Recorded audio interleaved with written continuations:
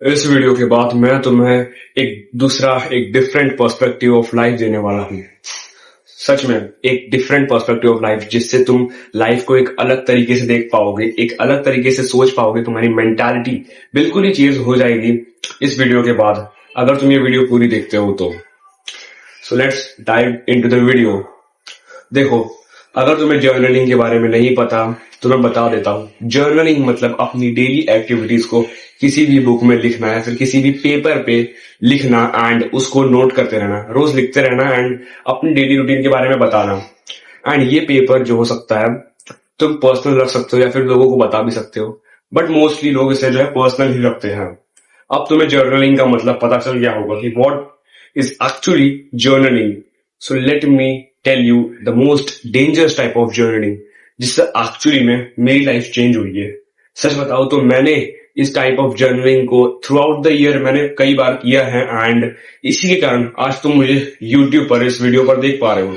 अगर मैं ये टाइप ऑफ जर्नलिंग को नहीं फॉलो करता तो सच बताऊं तो मैं खुद कभी YouTube पे नहीं आ पाता एंड ना तुम मुझे देख रहे होते ना मैं तुम्हें देख पा रहा होता। स्क्रीन के उस साइड से तुम मुझे देख पा रहे हो बट मैं तुम्हें नहीं देख पा रहा, बट एटलीस्ट मैं YouTube पर आया पाया हूँ एंड वो इसी टाइप ऑफ जर्नलिंग की वजह से हुआ है एंड वो है डीप क्वेश्चंस वाली जर्नलिंग। हाँ, सही सुना, डीप क्वेश्चंस वाली जर्नलिंग। अब देखो, मेरे पास ये डायरी है। इस डायरी को मैंने 2025 के स्टार्टिंग में खरीदा था एंड मैं इस डायरी को अभी तक फॉलो करता आ रहा हूँ। मतलब इसमें लिखता आ रहा हूँ जो मैं चीज करता हूँ रोज एंड जो मुझे करना पसंद है वगैरह वगैरह, ब्ला ब्ला ब्ला, वो सब इसमें मैं लिखता आ रहा हूँ। तुम्हें भी यही करना है, बट इसे थोड़ा एक अलग पर्सपेक्टिव से करने का तरीका भी है। तुम्हें ना क्या करना है मालूम है? खुद से ना डीप क्वेश्चंस पूछने हैं। क्या करना है? डीप क्वेश्चंस पूछने हैं। डीप क्वेश्चंस मतलब कि तुम पिछले लास्ट वीक से कैसे बिहेव कर पा रहे हो। Are you consistent in your self improvement journey? Are you feeling productive? Are you not productive? तुम प्रोडक्टिव हो या नहीं? तुम दिन भर मोटिवेटेड होते हो या नहीं? तुम डिस्ट्रैक्टेड हो तो आखिरकार क्यों हो? रीजन लिखना है। लेट्स सपोज मैंने लिखा कि since the last week I am not so productive. मेरा दिन प्रोडक्टिव नहीं जा रहा है, मैंने लिखा। अब ये एक बहुत डीप क्वेश्चन है, इसे ध्यान से समझना, इस क्वेश्चन की डीपनेस को समझना।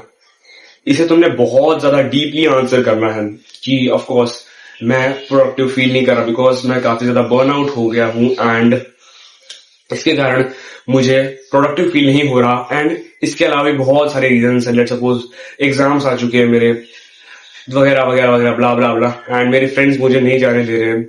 तो उसमें ना तुम उस क्वेश्चन के आंसर्स को बहुत ज्यादा डीपली लिखो, ठीक है? बहुत ज्यादा डीपली लिखो एंड मैं रिकमेंड करूंगा कि किसी पेपर या पेज पे मत लेना।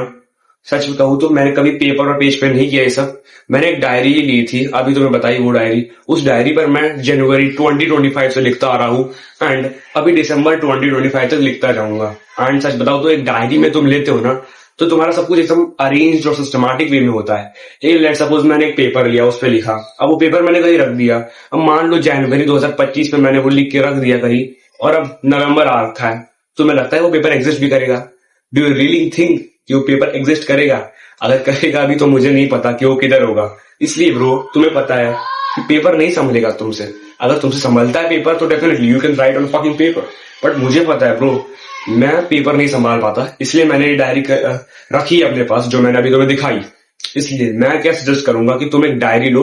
ये जो डायरी है ना ब्रो, ये 150 रुपए की ली थी मैंने, 150 रुपए की। हाँ सच में, आई नो काफी लोगों को लग रहा हो कि भाई 150 रुपए में कुछ नहीं होता, बट ब्रो इतना तो तुम मोमोज में, उन सब फालतू की जंक फूड में, अपने दोस्तों के साथ शराब सुट्टा और लड़कीबाजी में बर्बाद कर देते हो। At least this is a good investment according to me because it can change तुम्हारा पर्सपेक्टिव जो है ना लाइफ को देखने का, वो चेंज कर सकती है। तुम्हारा माइंडसेट पूरा का पूरा 180 डिग्री फ्लिप कर सकती है। मेरा माइंडसेट हुआ है ब्रो फ्लिप, 180 डिग्री फ्लिप हुआ है मेरा माइंडसेट इस चीज को करने से। इसलिए ब्रो डीप क्वेश्चंस वाली जो जर्नलिंग है ना, वो एक्चुअली बहुत ज्यादा पावरफुल चीज है एंड तुम्हें सिर्फ इसको भाई क्वेश्चन को लिख के ना डीपली थिंक करके लिखना नहीं है, उसे लाइफ में इंप्लीमेंट करना है। बिकॉज तुम चाहे कोई भी जर्नलिंग कर लो ना, फर्क नहीं पड़ेगा जब तक तुम उसे डीपली सोचोगे नहीं, उसे इंप्लीमेंट नहीं करोगे लाइफ में। इंप्लीमेंट करने से मेरा मतलब है, लेट्स सपोज तुमने क्वेश्चन लिखा कि आई am not consistent, why the fuck I am not consistent. एक डीप क्वेश्चन लिखा, फिर अच्छे से सोचो उसको, आधा घंटा दिन में दो खुद को, हाफ एन आवर खुद के लिए निकालो, एटलीस्ट आधा घंटा, 30 minute bro, 30 minute is not a big deal in 24 hours. उसको निकालो 30 मिनट को एंड फिर सोचो कि यार मैं क्यों कंसिस्टेंट नहीं हूँ, बहुत सारे रीजंस इसके हो सकते हैं।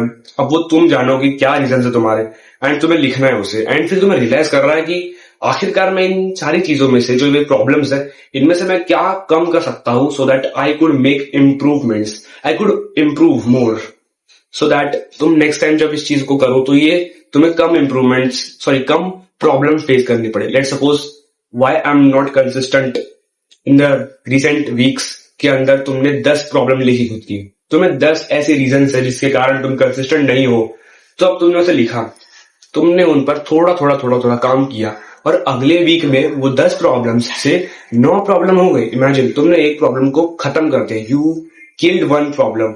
अब तुम्हारे मार्ग में, तुम्हारे रास्ते में सिर्फ 9 प्रॉब्लम्स है। Imagine the power of this deep questions, journaling. इसलिए ब्रो जर्नलिंग करना बहुत पावरफुल चीज है, बट इसे करते कैसे है ना वो कोई नहीं जानता ब्रो। इसलिए आज के इस वीडियो में इतना ही। तब तक के लिए bro be dangerous and dominate.